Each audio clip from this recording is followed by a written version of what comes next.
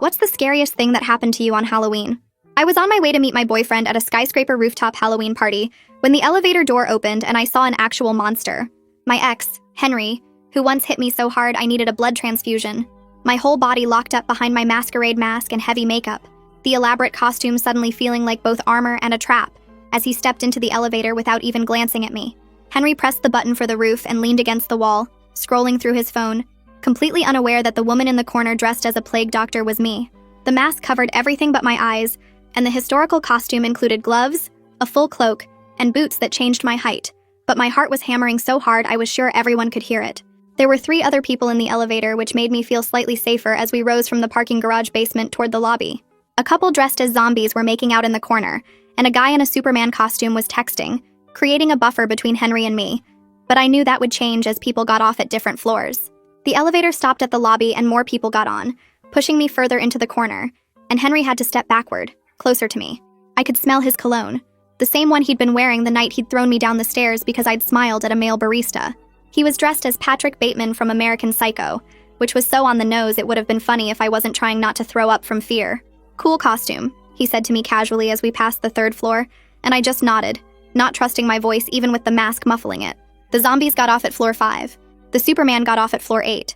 By floor 12, it was just me, Henry, and an older woman dressed as a witch. Gray was waiting for me on the roof, probably checking his phone and wondering where I was.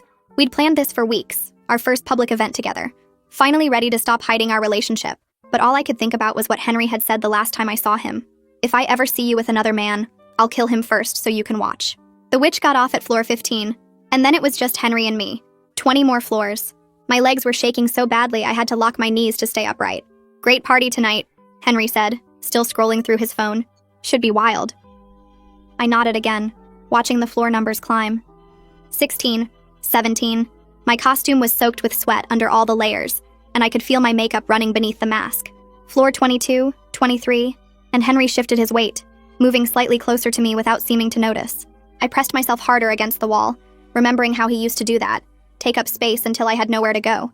The elevator felt smaller with each floor we passed. I thought about Gray's face when he'd asked me why I was so secretive about my past, why I didn't have social media, why I always looked over my shoulder when we were out. I told him I'd explain someday, but someday wasn't supposed to be tonight, not like this, not with Henry right there to see us together. Floor 28, and my phone buzzed with a text. I knew it was Gray without looking, probably wondering if I was almost there, if I was okay. Henry glanced over at the sound, but then went back to his phone. I didn't dare reach for mine, didn't dare move at all. "You know, you're really committed to staying in character," Henry said as we passed floor 30. "Haven't said a word this whole ride."